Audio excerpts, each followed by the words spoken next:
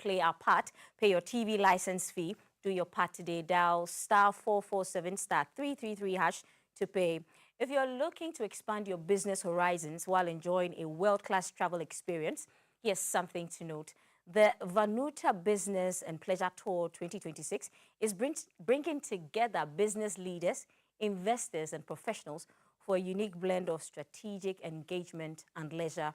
Participants will take part in business forums, networking sessions, and investment discussions, while also experiences Vanuatu's rich culture, scenic islands, and tourism attractions. It is business with purpose and pleasure. Registration is currently open for the Vanuatu Business and Pleasure Tour 2026. Think business, think leisure, think Vanuatu. To register, call the Vanuatu Trade Commission Ghana on 0240 229 282 or 0544 626 905. Note, registration is on first-come, first-served basis. The time is now.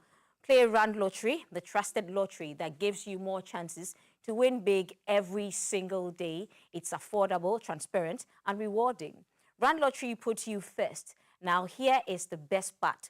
With 3 daily draws, you never miss a chance. Start your morning with the exciting morning draws. Keep the thrill alive at noon with the Star Midday Games. And close the day in style with the Anajo Star Draws.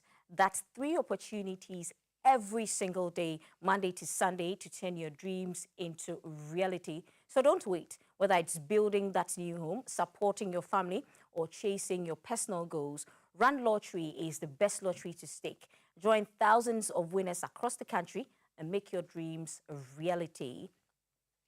The games on Monday games is Bingo 04, Star Monday, and Monday Anajo Star. And how do you start your day? Well, if you haven't had your cup of Mixi Choco, you are truly missing out. The rich new taste of Mixi Choco is crafted to brighten your mornings and keep you refreshed all day long. Everything you need is right in there. Just add hot water, stir, and enjoy a warm, comforting cup.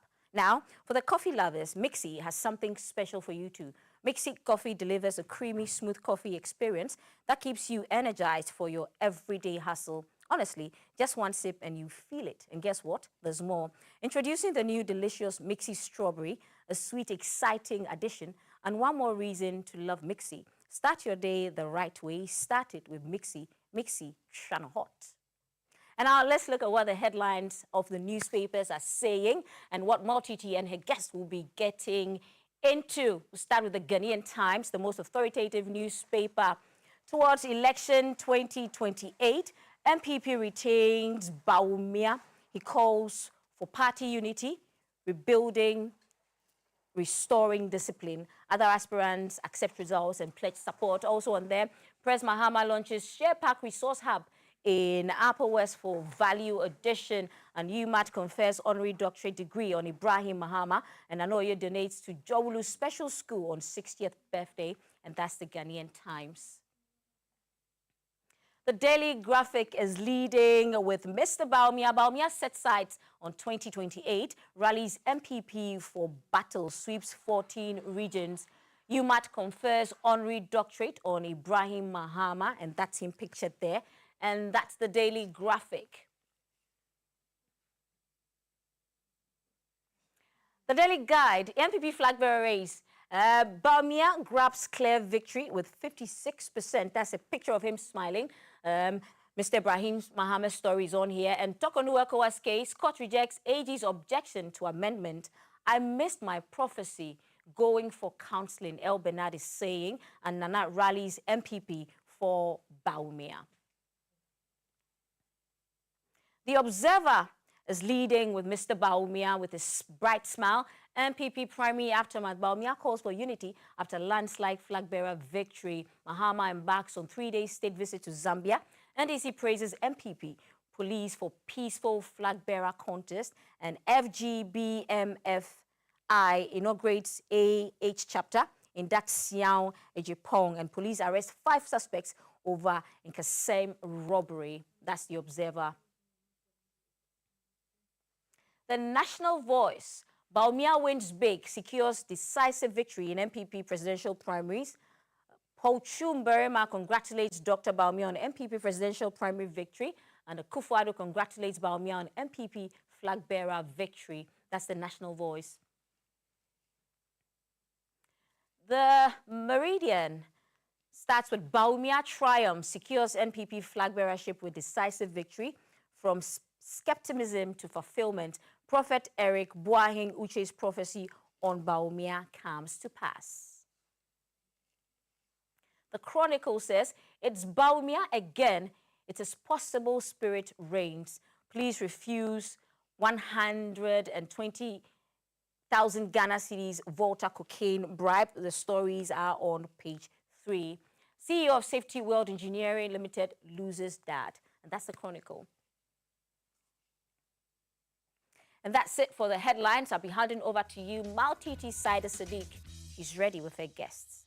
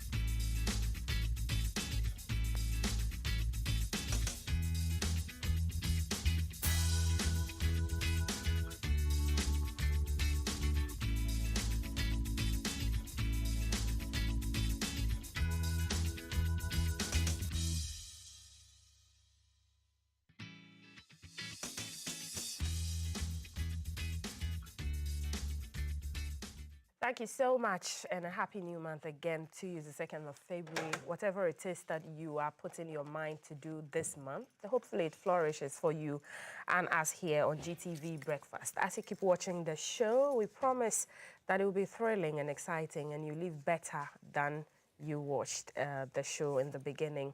I'm Altiti Saida Sadiq, and this is live across board on GTV Ghana on Facebook, DSTV channel 278 around the globe. It's the headline segment, and at the table now is Oscar Provençal, who is a renowned actor. Oscar, good morning. How's your weekend? Good morning, Maltiti. Weekend was hectic, but yeah, it was okay.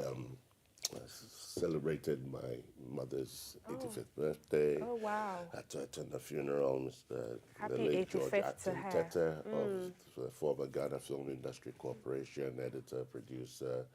I mean, amazing guy, and it was great to see all the old guys back from the days in Ghana Films. I don't know if you remember those days, or you know about those days when the film industry was the film industry. And sadly, we've lost so many people, you know, who were part of that. And GFIC was sold to TV3. It's a long history of that. And it's one of those topics that I think that will not die down. And we'll be coming back to His Excellency, the President, John Mahama. He was Deputy Minister at the time. I think his signature was on that document. And I've heard in the Vines that he's regretted, you know, the move that we sold GFIC, because now the whole industry was unregulated, and this is where we are today. So we'll be talking to His Excellency to see how we can, you know, address some of the Because that time, so the time that it took, you think that the industry would have been better off? Oh, definitely. I mean, why are we fighting? Why have we taken 30 years to fight for a Film Act when we had a regulation, you know, a regulatory body in there, and there was discipline, there was professionalism, you know, things were not thrown out of the window. So I think that, yeah, it's done. But I understand there are some people, former workers there, who still haven't been paid their gratuity up to now. Wow. And it's something that we'll definitely have to look into, because that's obviously not fair after all these years. Taking so much time, but thank you for being the advocate to put that out there. We're expecting lawyer Zakaria Tanko Musa, his lecturer UNIMAC GIJ, when he does get here, he will join the table as well this morning. Good morning to Prince Ntiama, wherever he is. Unfortunately, he can't make it today. But big on our agenda is the MPP primaries that happened over the weekend. Also, the echo was caught and the former Chief Justice, and also what the police has been doing. On Saturday, it was a gog everywhere in Ghana as the New Patriotic Party headed to the polls to elect a flag bearer that will go into the 2028 elections to represent the party and try to wrestle power from the NDC. Now, Dr. Bawumia was declared the winner at the end of the day when the polling was done and the results were put together. In total, there was 196,462 votes that were, garnered, and Dr. Bawumia managed to pull a percentage of that. He managed to pull 61% in 2023, but in this election, he managed to pull 56.8%. There's talk about if that means anything, or look at what the pollsters have said. And it looks like it went in favor of the Global Info Analytics for one, that they tipped that Dr. Bawumia was popular in the party and was going to win the election, and it did happen that he won the elections. The other contenders in that election being Dr. Brian Achampong, who is being said to be the surprising candidate who polled at 18.5% of the votes as a first-timer. Dr. Kennedy Ejapong as well, polling some 23% of the votes, 37% in 2023, and so looks like that is a drop down from the previous election. Also, Yao Osei Duchim, who is the former Minister of Education, and Engineer Kwabena Ejapong, also, polling some percentages there as well. So there was lots from it. The former president mounted the stage, a CEO of Blue and White, talking about unity of the party, which he anchored and echoed just before they went into the election. And at the end of the day, that was what he said again. Let's bring you some scenes and sounds. But victory tonight is only the beginning. The task before us is to turn this momentum into a movement. We must bring everyone together. The breakdown of the results of the election dictate this necessity. We now have the longest runway in our party's history to prepare for a general election. Let us use it well. This year is for healing wounds, reorganizing our structures, and strengthening our parliamentary front line, especially if we choose to elect parliamentary candidates in constituencies we do not have MPs. With the flag bearer chosen, let us end the era of faction. From constituency to region to national office, our purpose is singular. Elect officers who will serve the party's interests, support our candidate, and help secure victory in 2028. Nothing more, nothing less. To our presidential candidate, lead with a big heart, lead with decisiveness, lead with clarity of purpose, lead with all of us behind you. Stretch out your hand to all who stood in this race. And to those who did not prevail, stand tall in loyalty. In our tradition, true loyalty is proven, not in victory, but how we respond to defeat.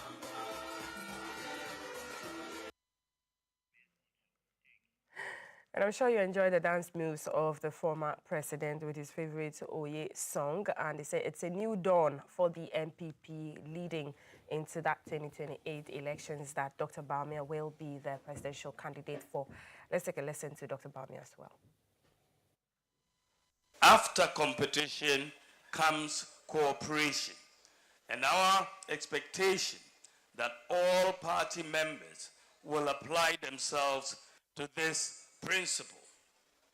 It cannot be the case that one's support for the party is maintained only when those we support lead.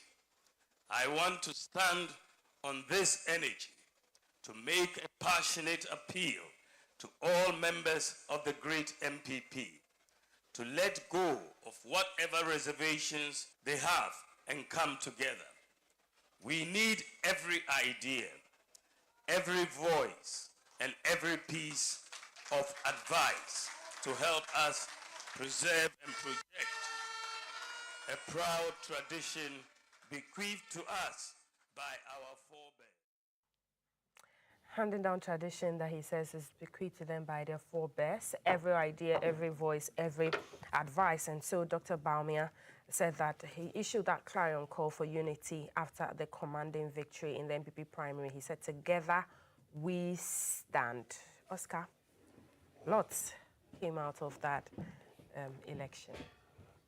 Yes, well, let me first congratulate the MPP and obviously Dr. Bawumia for that decisive win.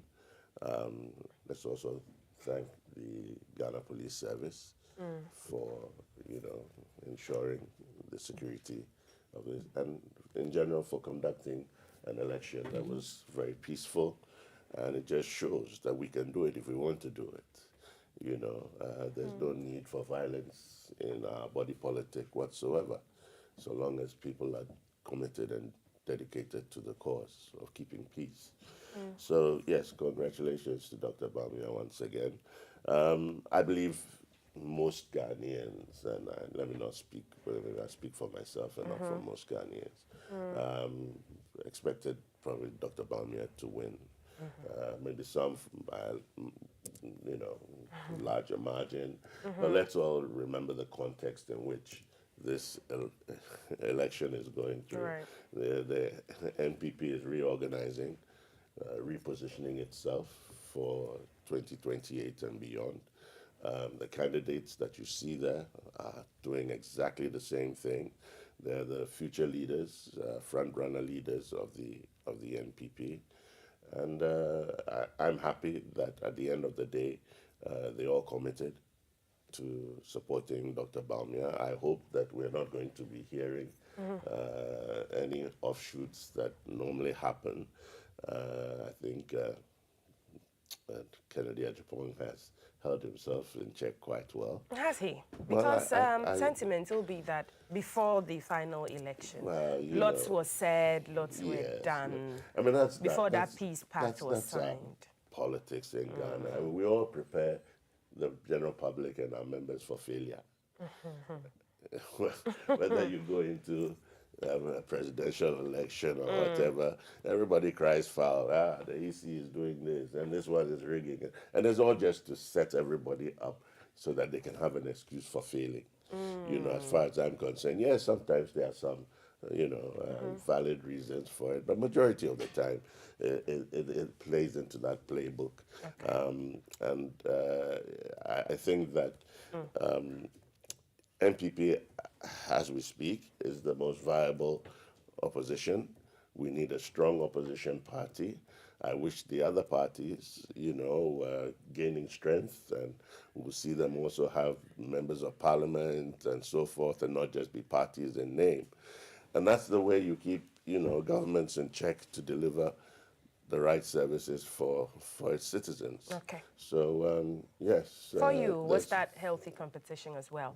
And looking at the figures, the fact that Dr. Brian Agyapong pulled some impressive numbers, Dr. Bawumia dropping as compared to the previous, what does that say about the party? Well, we can interrogate and analyze and do all the analysis. And obviously, some will say that, well, if Brian Agyapong wasn't in the race, those votes would have gone to Kennedy Agyapong. Oh, okay. And, okay, if you split it 50 amongst them, all three of them, Bawumia will still have a wider amount. I mean, we can go into all those, but what is. Going into what could have been, and it's past, it's gone. Let's deal with what it is. And okay, he's won by 61%, so they say. That's a good showing. I mean, it shows that at least he has quite a large following in the party, and that's what you need. Okay. He has a lot of baggage to carry. You know, he's got to unite the party, number one, which is obviously going to be a difficult task. And then he's got to take away all the baggage that has been put on his shoulders Right. vis-a-vis the being vice president For 8 years. for 8 years, and the kind of results that Ghanaians have experienced from that. He's going to have to, him and his communication team will have to work very, very, very hard to overcome that. If they're going to sit there and rely on NDC potential failures, they may be waiting in vain.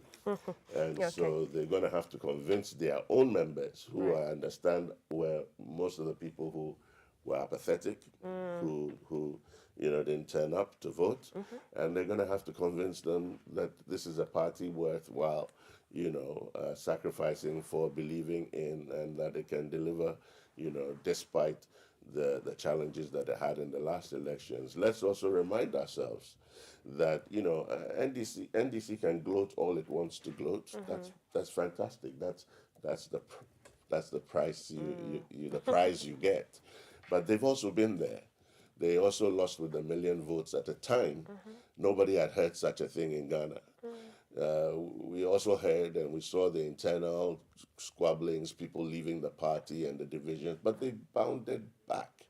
No matter what, they've done their homework and they've bounded back. And that's what you expect of any political party in that position. So I think that I always go back to President Kufuor's quote that it's better to be it's better to be I can't remember a houseboy or something in a messenger in a government in power than a general secretary out of power. Well, so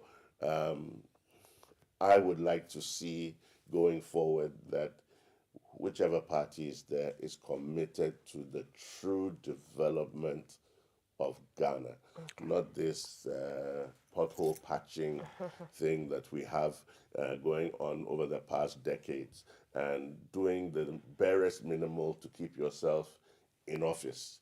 We want to see true development. And I say this because when you think about it, when you go to the north, do you know how many NGOs have been going to the north, delivering services, digging boreholes, doing all kinds of things? And what has been the difference in the north all these 30 years? Something is wrong somewhere, and likewise the same with us. And forgive me, even if I say, one district, one factory came from Kwame Nkrumah. It was Kwame Nkrumah's policy. Can you imagine from Kwame Nkrumah's time, if we had our senses in our head? Sometimes you have to. If we had our senses in our head, who will reject such a policy? By now, the jobs that we are talking about, and unemployment, and rural, urban migration, and all of these things, and the pressure, all of these things would have stopped. Right. So I think, and I love the clarion call that, or the message that was sent by the NDC to the NPP, congratulating them, and then also requesting that they come on board to improve the democracy and the livelihoods of Ghanaians. This is where we need to move towards. Okay. Thank you, Oscar. And Lawyer Tanko, Zakaria Tanko Musa is a lecturer, senior lecturer at Unimat GIJ. He's joined us at the table as well. Lawyer, good morning. Welcome to the table. Good to see you. What do you make of the primaries, the results? I've seen an article where Musa Dankwa says that, you know what, when the pollsters, the credible ones talk, listen to them because it tipped Dr. Bawumia to win, even though there were counter, numbers flying around and predictions, there were prophecies and all of that. Yeah. Well, I think it is appropriate that we congratulate the MPP and the leadership, and of course their flag bearer, Dr. Mahmoud Bawumia, for the victory.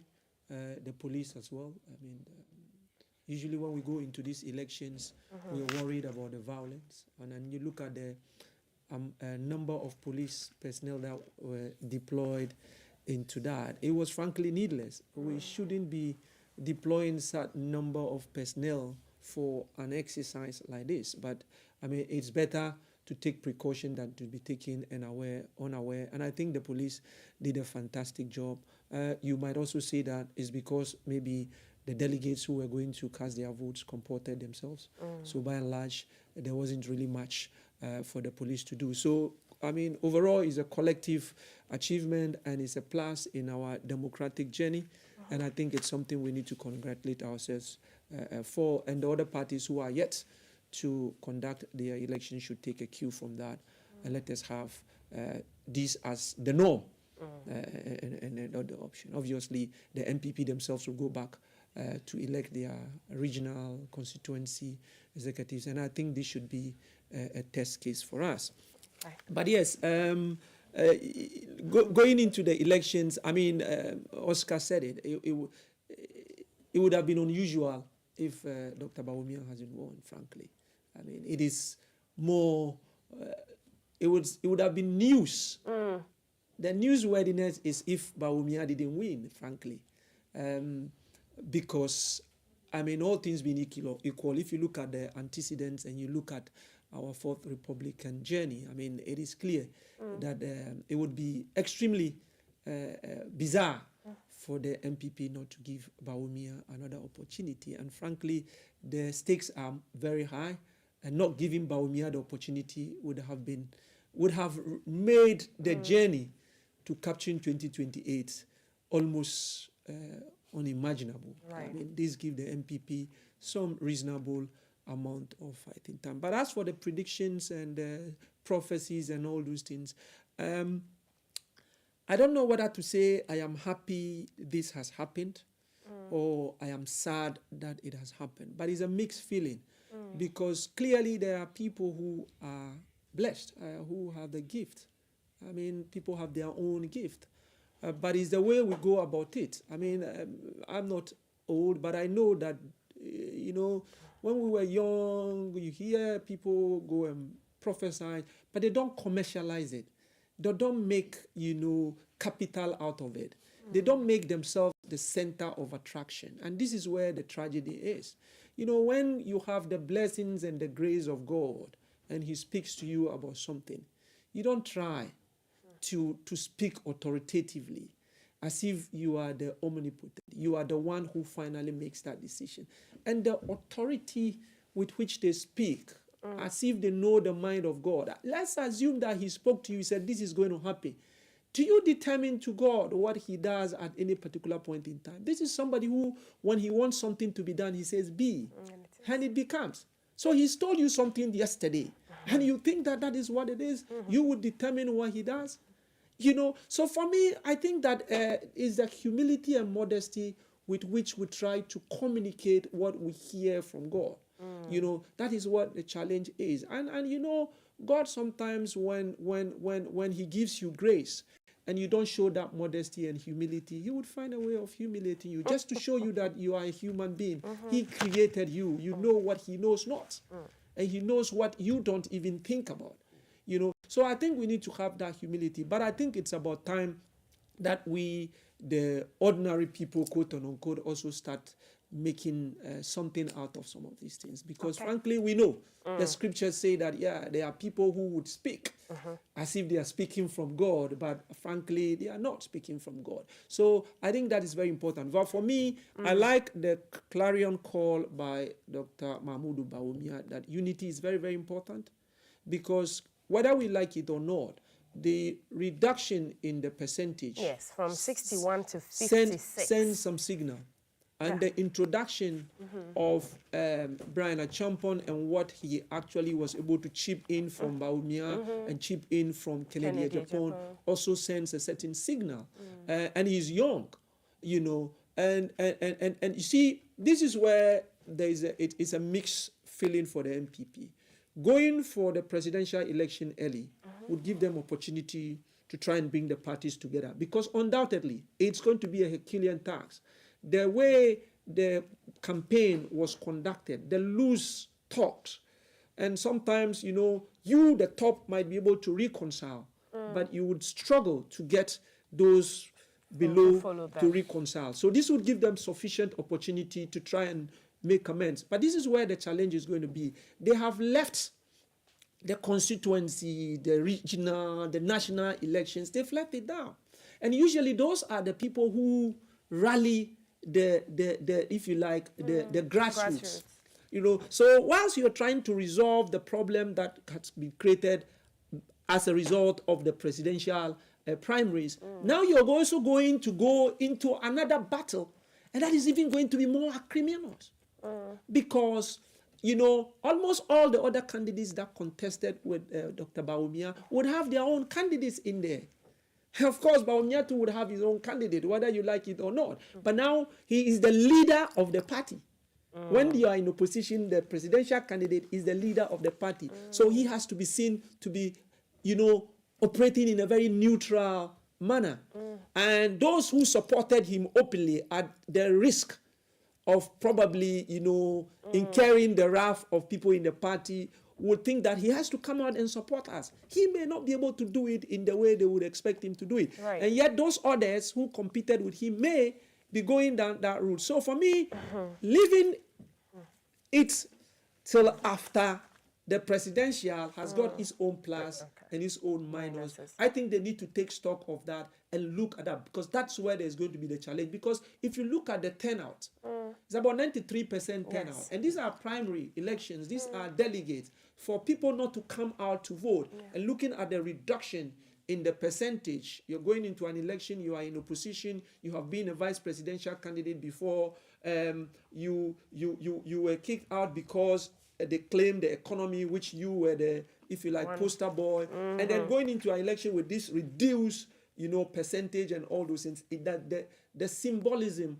is not that good. And I think that they need to hit the ground running. And if I were the MPP, I think they need to do something about having those, you know, grassroots elections as soon as possible, so that it would give them sufficient time to try and mend all those cracks. But cracks would come at that grassroots level. And if you don't deal with that, then no matter what you do at the top, you're not going to re-energize the grassroots, and that can be fatal.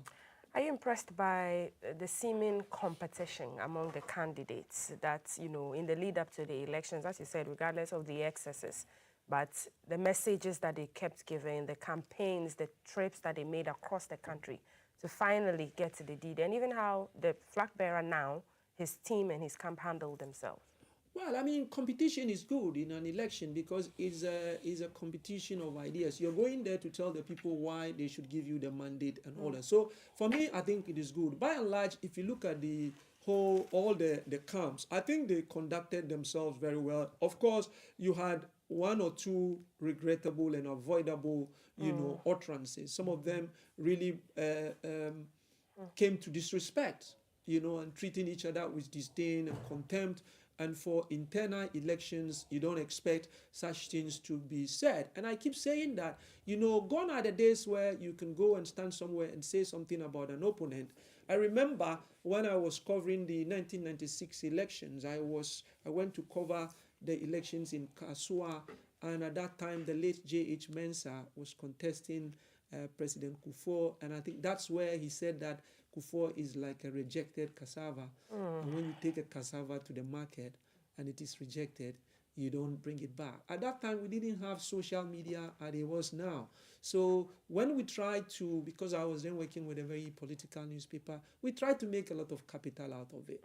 But, you know, because at that time you didn't have this sort of social media and then the 24/7 retrieval of information to confront you with, it didn't really stick. But now, wherever you go and say, even if the media is not there, people have their own mobile phones, they will record and they would play it.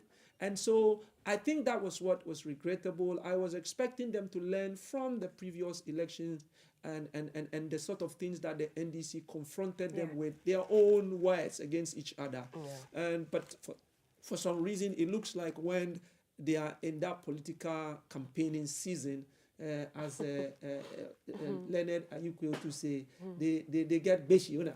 Beshi, and I think they don't realize that what they are saying at that time will come back to confront them. But I think that we need to really up our political Okay, rhetorics. the NDC set up a strong room or so, I believe, to monitor. That was a very cynical. That was a very cynical. You think it's cynical? Okay. Approach. But I mean, now whatever your opponent is doing, you have to keep an eye on that to see, and it could probably be an opportunity for them to also fine tune their IT system and see. Remember, they lost their director of elections and all those things. And so I think it might be strategic for them to, and they haven't really gone into any major elections. So that might probably be an opportunity for them to test their ability, whether they are still on form or not. But sometimes I don't know why, strategically, there are certain things you don't announce them. But it also serves a certain purpose. Maybe you're sending a signal to your opponent that actually eyes are watching.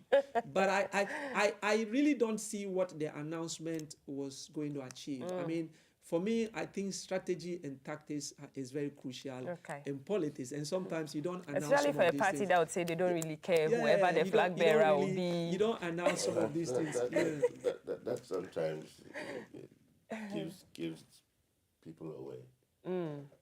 Because if you're not bothered, why go to They're not bothered. Whoever they failed, you say NDC can match all them. the noise about Baumia, and sometimes when you listen to the insults coming from members of the NDC or the general public that are attracting so much hatred and so much insult, what is it driven by? Is it driven by fear? Well, it's politics, so you have to fear your opponent. Well, every opponent is... It's the same way you have to fear delegates. Delegates, And you see, I think that we're in very interesting times going forward. We're entering a new dispensation for our politics. The old guard is giving away to the new. And we are going to see a major transformational shift in the way our politics is going to be done, because Ghanaians have become more and more astute, and so as we sit here, it's easy for Musa Dankwa. He's riding on a wave, and we've seen that before, from the beneficence to I've always wondered why it's just one poster, sorry Oscar, at a time even. Where are the competing voices? Driven on, riding on waves of Ghanaian, perceptions and so even for some of us as lay people who don't have to go and do a survey, if you ask us, we'll tell you some margins and we'll probably be right. Okay. But you see, I want to point out that you shouldn't start gloating now. I think that you should be humble. And compare yourself to what other people are doing. You see, because when you go into polling, we haven't been told, and I expect the journalists to be asking, going into further detail as to the modus operandi, the methodology of it. You don't hear any discussions on that. You hear just the discussions, on the results. But the actual methodology, the questions that are being posed, are they questions that are leading questions? What was the color of Napoleon's white horse? Okay. But Depending, and these are things... Will elicit what answer? Will elicit what answers. The demographics, if you go to certain parts of Accra, we know that certain parts of Accra are pro-MPP, pro-NDC. You are not told which areas you have gone to and which, which the responses have come from. Okay. And some Ghanaians, they'll even give you the wrong answer. They don't trust you, they will just say that's something. another thing so that you polls trust. in general, yeah. you can give those area of margins, but in a country like ours, and with the way people do their things, you really can't tell. Okay. You really can't tell. But he should ride on this wave, because the wave is there because of the outcome of the elections and Ghanaian sentiment. So you can read that pretty much. Right. Come a situation where they have to select a presidential candidate for the NDC, and God forbid the NDC begins to implode and they begin to fight amongst themselves, and Ghanaians will sit back and say, "Kwe, what is going on?" Then you see that the dynamics begin as to well. shift and begin to change. Okay. If the economy starts to go down, so there are a lot of variables that are out there that can happen, that can swing things Right. very, very easily. So I think that let's tone down a bit on this polling issue. They are there, yes, to influence voters, but I'm not sure how many voters in Ghana are influenced by polls. Everybody wants to be part of a winning team, yes, but as to how we conduct ourselves as voters in Ghana, we are either entrenched in our party position, or you have those who are not Floating. sure, floating left or right, and I'm not sure whether they are going to just vote simply because a poll says that somebody may win by that percentage. And for me, that is insulting Ghanaians. Ghanaians want to listen to policies, want to hear what you have for to move the country forward, and not necessarily because of a result of a poll is 70%, so I'm going to go with the winner. Okay. No, I don't think so. Lawyer- Let's get back to telling us what they want to do and their policies, Okay. and then shift that narrative. I Right, just let me wanted give to you a say minute before that, we I mean, move that's on. that's the difference between posters and researchers. So what you've just said, this is what posters do. They take into consideration the nuances and all those things, and they do the reverse questioning. Because when you go to somebody and you ask him, who are you going to vote for, he may lie. So they do the reverse questioning. Who do you think this person would vote for, and all those things? And they take all those things into account. Which takes more thinking. But, exactly. So and then they also find they will look at how do you think the economy is going. So there are a number of questions to. That's why it looks like the researchers, the typical researchers, tend to be getting things wrong, and you see that posters too in other jurisdictions have been able to get it wrong. My problem is that, I mean, no matter how scientific your polling is, you need to be very careful, communicating authoritatively, and that's my problem with the communication that accompanies some of these predictions, because you see, you are dealing with human beings and anything can happen, and just something on the voting day itself can change things. And we saw that the issue of money could still not be taken away, and there were people who were saying that they were not going to vote because They hadn't they had gotten not received money, their money. then were So all given these things food and all can of that. change, if you like, the science and all those things. So when you speak authoritatively, you leave no room for yourself when things go wrong, Right. for you to be able to provide a reasonable, Why? fair, explanation. And that's where I have a problem with them. But, polls do, the literature has suggested that polls do really change the views of people, because, there is a theory or a concept in political campaigning and also the bandwagon effect and all those things. People want to be associated with what the is what- majority. okay. People don't want to be seen to be part of the losing team. So that's why these things goes a long way in determining people's, and especially when you look at our political literacy Right. and all those things. These things play a crucial role. That's why it is a tragedy when you find people of faith getting into that arena. And because people, there are people of faith, people really trust them Yeah. a lot, and sometimes emotions even Emotions. take the better part of them. Right. So when you hide behind the pulpit and perpetuate, pure commercial or parochial interest, then you are doing a great disservice not only to the country but to your very own faith that you profess. Okay. There was a poll that was done in I think it was this Sandinista or somewhere like that, and the citizens decided that they would indicate that they would vote for the ruling government, and that was a roost. When they went to the polls, they voted for the opposition. A lot can happen. They voted for the opposition. A lot can happen. Okay. And there was a poll that was done where they gave fake news or fake information to the poll substance. And when the results came out, because there was a crowd mentality, the polls shifted by about 11%. Wow. But it was fake news.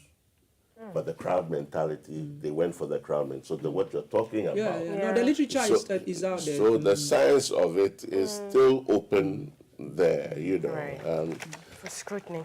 Thank you, gentlemen. And so we would have an extensive conversation about this just after the headlines, the MPP primaries, of which Dr. Mahmoud Bawumia was declared winner for that election with 56.48 votes. We'll move to the ECOWAS court, which has granted the former Chief Justice Gertrude Sabat Tokonu request to amend the case to include removal from office. It's quite a lengthy piece, and I hope that, gentlemen, you've had the chance to look at it, but the court granted the request in the ruling after I heard arguments from the counsel for both parties during proceedings held Friday, January 30th, 2026.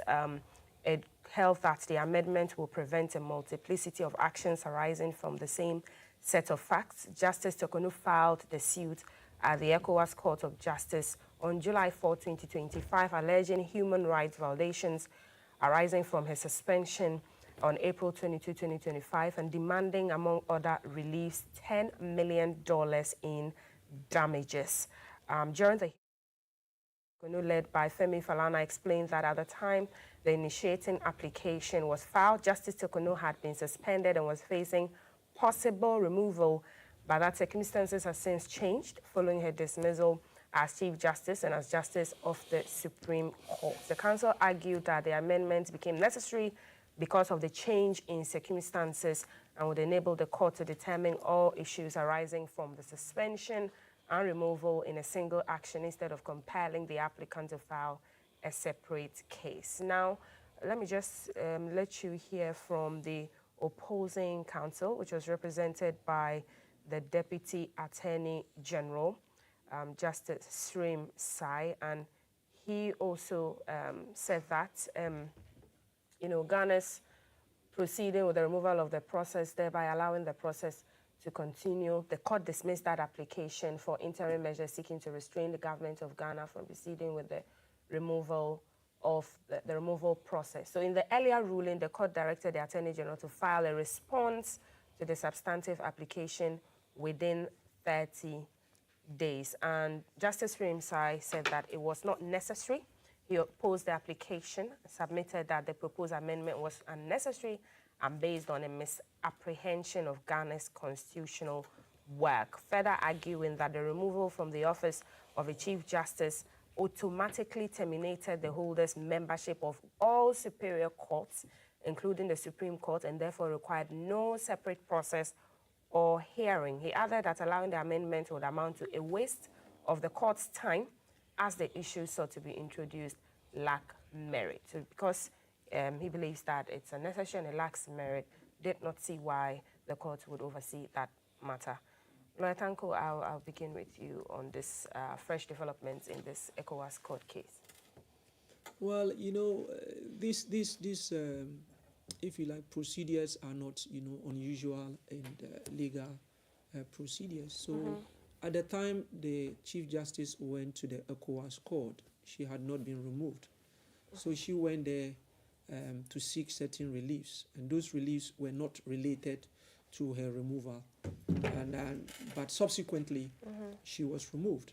But the issue before the court had nothing to do with her removal. And so what she sought to do was to amend that motion to say, well, when I came before you, I was not removed, but subsequently I had been removed. So of course, because the time has lapsed, you have to go and make an application to the courts for the courts to allow you to do that, because obviously, rules and regulations of the court are not just some ornaments for decoration. They are meant to be respected. And so the courts are very, very particular when they make rules, and they are supposed to, apply within a certain period. If you don't do so, they are not likely to allow you to do what you want to do. But you have to argue why you think it's in the interest of justice, fairness, for you to be allowed to do that.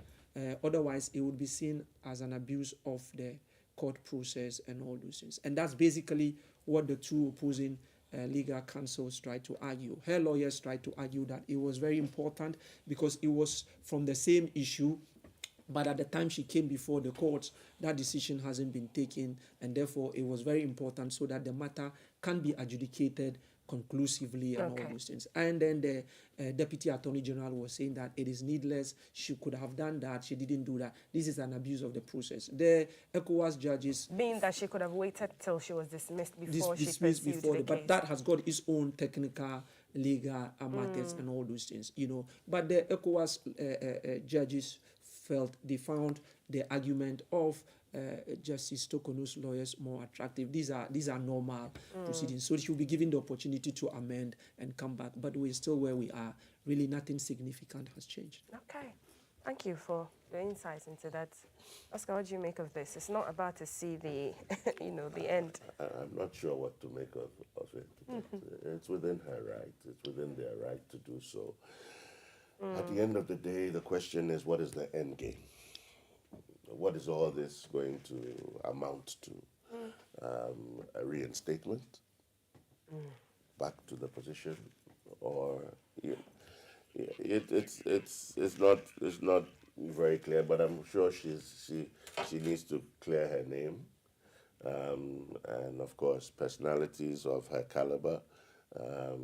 There's a lot at stake regarding your reputation, and the shadow that is cast, afterwards. So for me, there's not much to say. Is that we are watching the process, but I cannot foresee one bit that she'll be reinstated. I think we've gone past that. Right.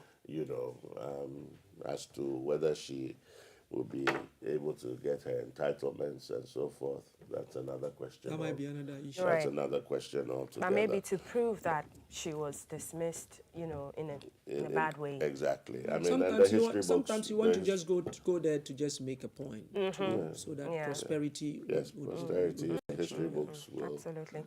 Okay, gentlemen, I want us to wrap up with police intercepting these shotguns and ammunition that were being smuggled into Pandai from Accra. And this story, yesterday we saw it across the portals. They intercepted bags containing guns and ammunition even before it left Accra for its final destination in Pandai. A situational report by, the media from what they saw from the police said there was a Taku semi-automatic shotgun, 2 Joseph semi-automatic shotguns, and 2 boxes of cartridges containing a total of 500 BB cartridges.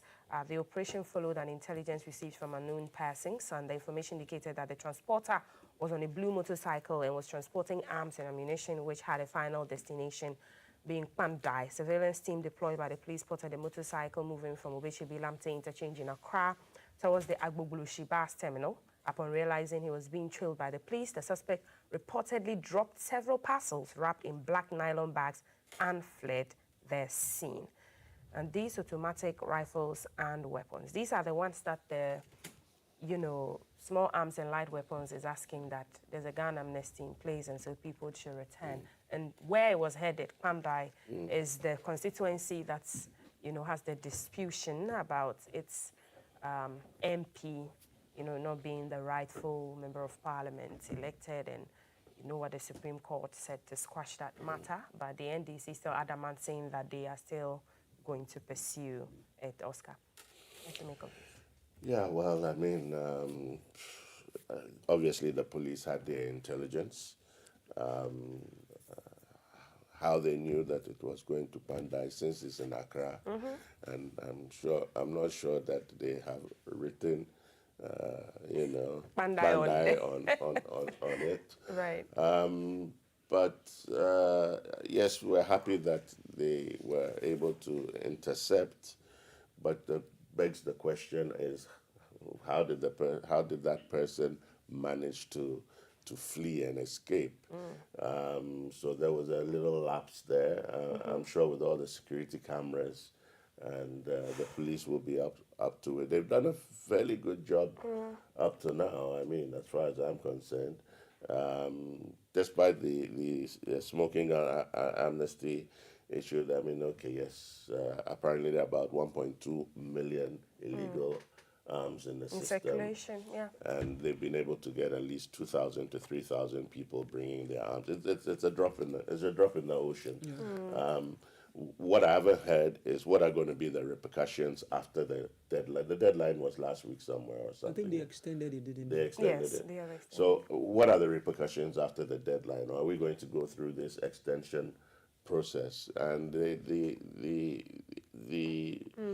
should be quite harsh because we're hearing ammunition like G3s and AK-47s and anti-missile, anti-tank bullets and things like that are being intercepted. These are not small arms at all. They're not just handguns, So I think that they should continue being vigilant.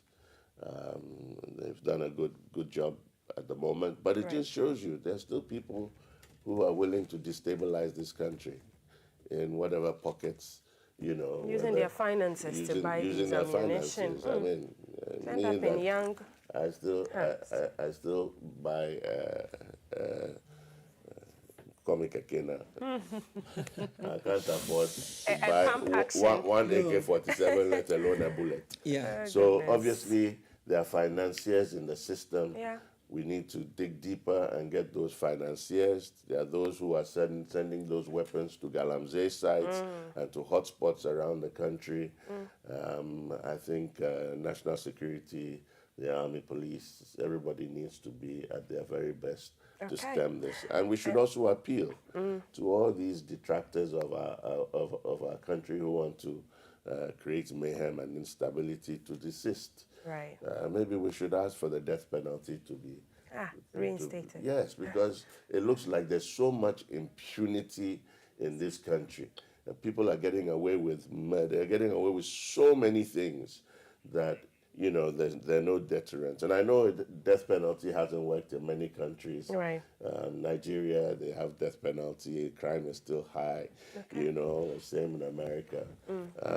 But we need something to deter people. And right now, it looks like even if you still cry, you can bring 60% and get away with it. No, we have Oh, yeah. Still big. That's all. My advice to you: if you are stealing, go and steal big.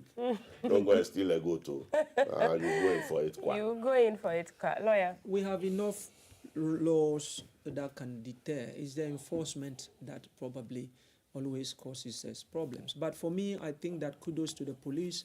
They've been doing extremely well. And I think we need to continue to encourage them. But what this tells me is that there needs to be more collaboration between the security agencies. And it's just also telling me that the intelligence is really working because the police themselves or the security agencies themselves cannot on their own do everything. Right. We need to consistently be informing them. But that is where they need to also enhance the informant protection. If you're able to let people know that they are protected when they provide you with information that leads to arrest, then I think that more people would be willing to come out. Okay. And, And Lawyer, I want congratulations you to the IGP as well. He's motivated his about 17 officers have been promoted because there was a seizure. yeah, the appropriate of drugs recognition is very important. and Right. ammunition and stuff like that. I want you to wrap up on the Shea Pack. I'm sure you saw the president and the speaker in the Upper West region. If I can give you a minute, lawyer, what do you make of it? To create jobs and all of that, there's a Shea Pack that has been launched and the sword has been cut as well. Shea butter. Yeah, you see. You saw I show speed. I know Yeah. you follow the Gen Z Yeah. I have to be honest, I didn't know anything about him until He came to he Ghana. came You to see? Ghana and the publicity. Or until he jumped into a bowl of Jollof. But I Jollof. mean, he went for that Yeah. shea butter massage. But see, anything that would create job opportunities for the Themin youth, it's a step in the right direction because that is a national security threat. Right. And now the youth are taking very keen interest in politics. And so I think that this is one of the things that we could do to sustain that interest. But certainly, especially in that part of the country where we are trying to discourage the rural-urban drift and all those things, I think if we're able to create job opportunities there, Right. people would stay there. And that is where probably the food basket and all those things. So I think it's a step in the right direction. It's just Okay. that sometimes we need to make sure that we are seeing it through. Thank you so much, gentlemen.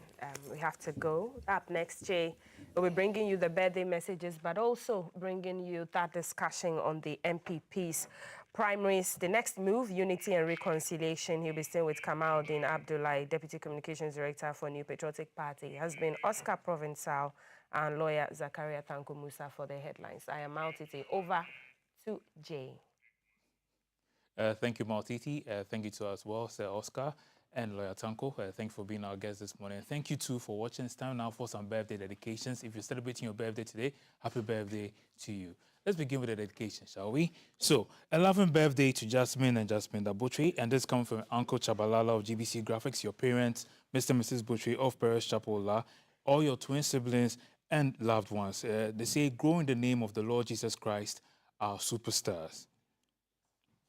Happy birthday going out to you, Prince Kujo. Wishing you God's blessings and guidance in your academics. May He protect and reserve you for greater works in the years before you. Have a blissful birthday, and this is coming from the entire family to you. Yes, and to you as well, this year, glorious birthday celebration to you. Wishing you a beautiful year filled with growth, joy, and unforgettable moments. And this is coming from your girls' club. Erica, you're also celebrating your birthday as well with the Joinia District Police Station, and this coming from your family and loved ones. They say they love you and God richly bless you. And to you as well, Hajia Zakia, wishing you a day full of blessing and happiness as you celebrate your birthday today. May God put you in a higher height, and this is coming from Iceman to you. And to Elder Samia Mufa of the Church of Pentecost, happy birthday to you, sir. And this dedication is coming to you from Peggy Amadonko.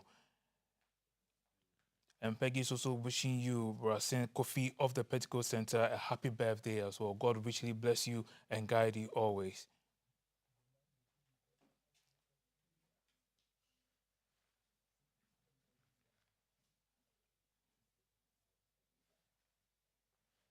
Yes, and happy birthday going out to you, Deacon Frederick of the Mount Zion Assembly, the Church of Pentecost, Northampton. And this also coming from Peggy to you, and she says, happy birthday to you as well. May you grow in God's grace now and forever.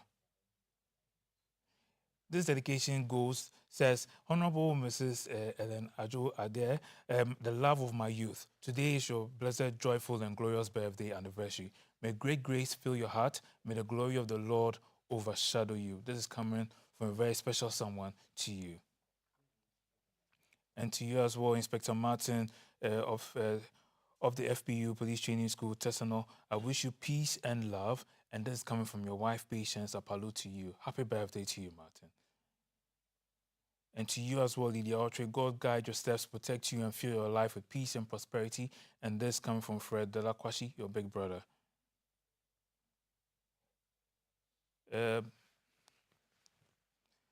I see a Henry Tetebutri over here. Okay, so let's go to Godfred. Yes, so Godfred of GT Fashion, may this new year bring you peace, strength, and happiness. This is coming from Bernard to you. Yes, and to a blissful birthday to our dear mom, Mama Grace Ayensu of the Calvary Women's Fellowship, and this is coming from Reverend Water. Happy birthday. And to you as well, Gifty Amwa Apia, I wish you all the best luck in life and success. There's a birthday dedication that's going out to Mr. Henry Tetebutri, and it says, may he continue to bless you, protect you, and grant you many more fruitful years. Yes, and Sandra, it's also your birthday. Happy birthday to you, Sandra. May you go in God's grace now and forever, and may he give you peace and grant you peace all the days of your life. Amen? Amen. Yes, so very soon we'll be going to take the round lottery results, but we'll play a little tune for those celebrating their birthdays before we go. So we'll be back right after this. I'm trying to put you in designer.